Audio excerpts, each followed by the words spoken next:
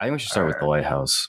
You'll start. Yeah, go ahead. Yeah. Right off the rip with some weird shit. Sorry. So yeah, the Lighthouse it's a period piece from I think like the 1800s, sometimes obviously set on a lighthouse, and it stars Robert Pattinson and Willem Dafoe as, I think they're called wicks, which are basically people who like tend to a lighthouse and work out there for months at a time. And Robert Pattinson's like the, I guess, apprentice or like the understudy to Willem Dafoe, who's like in charge, and Willem Dafoe's character is like really gruff and really fucking weird about like the light in the lighthouse and shit like that. And then things start happening to like Willem Dafoe, Robert Pattinson's character, where he's like seeing shit in the water.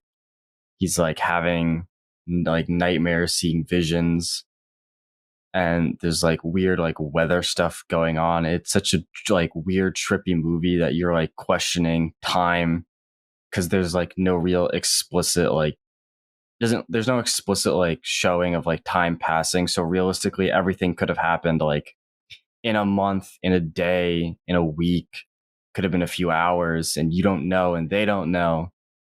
And it's weird as shit. You never really know what's happening, or like what like the powers that be that are there that's like fucking with them. Very intense. Like the whole movie is just on the edge of your seat. Like, what's gonna happen next? Is that real? Is that fake? What is what reality? are they seeing? Are they actually talking to each other? Like, it's just, you're questioning everything that happens. Yeah, and it's in black and white, which makes it beautiful. Yeah, it's black and white, and it's in 4:3, so it's like a compressed aspect ratio. So there's like less stuff on the screen, which makes everything that is on the screen even more important. Yeah. So everything is like very deliberate. There's like nothing done for no reason, which is very nice.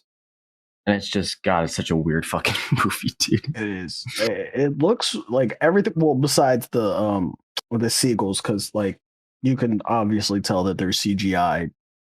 No, I think they're practical. Are they puppets?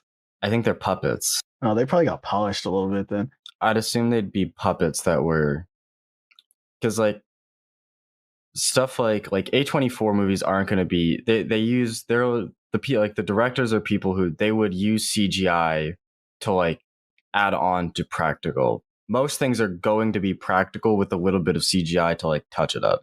So I'd assume that the seagulls are like puppets with a little bit of CGI. Yeah, well, just because I pay attention to stuff like that, you know me. I pay attention to a lot of CGI. Like, you notice it in a movie like this. You notice it because everything's so black set. And white. Well, the set too, like the way they build everything. You know what I mean? Like they don't use very much CGI. They definitely like stick to their budget. They shot on set. Like they built that lighthouse. Yeah. And the little hut. They built all that on like an actual little island, which I think is probably my favorite part, because like when they were like actually like the wind's like knocking them over and they're like shivering because they're freezing cold. That's not even acting. It was cold. Yeah, it was cold. That's just what the weather was on site, which is hilarious to me. Yeah, like because it just like adds so much, and they didn't even have to like fake it. It just happened, which is really nice. The attention to detail. No green screen bullshit here. I think Willem Dafoe, he's done theater work before. So like he said, when he did this movie, he really liked it because he can actually like put all that theater he's done into a performance, and it really showed. He smurfs this. It's like probably one of his best movies. Yeah. Like it's so good. He did such a good fucking job. And then Robert Pattinson. When was this? 2019? Yeah, this was kind of recent. Yeah, so this was before Tenet. 2018. I think we're talking about it. Was filmed before Tenet. So him coming pretty much off of nothing, like maybe like a smaller thing, but this was like the big thing he did right before Tenet, because this would have released right before it.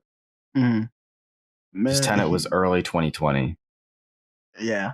So he was just coming off of a bunch of like indie movies, I believe.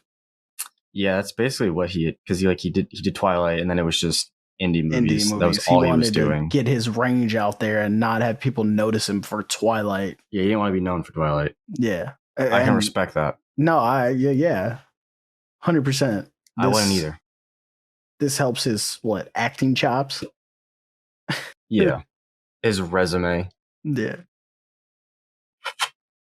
And well, there was only two people almost in the whole movie, basically. So there's not really like any extra Yeah, besides the there's like mermaid. those two. There's the mermaid chick, and then Yeah, there's like the extras at the beginning and the end when they like drop Robert Pattinson's character off and pick him up.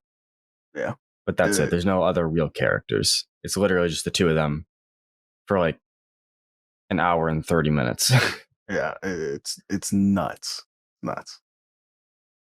What do we rate this? I rate this a solid like 9. Yeah, I'd Solid probably give 9. it a 9. If you like what thriller suspense.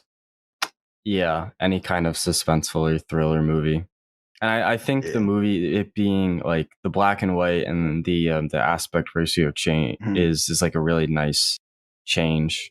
I think Beautiful it lighting. really, yeah, it fits the film because it feels like it should be shot. Because I've seen like people on like YouTube like re-editing it and like adding color to it, and it looks bad. It's like the movie was made for black and white, and it looks Doesn't really fit really it. fucking good.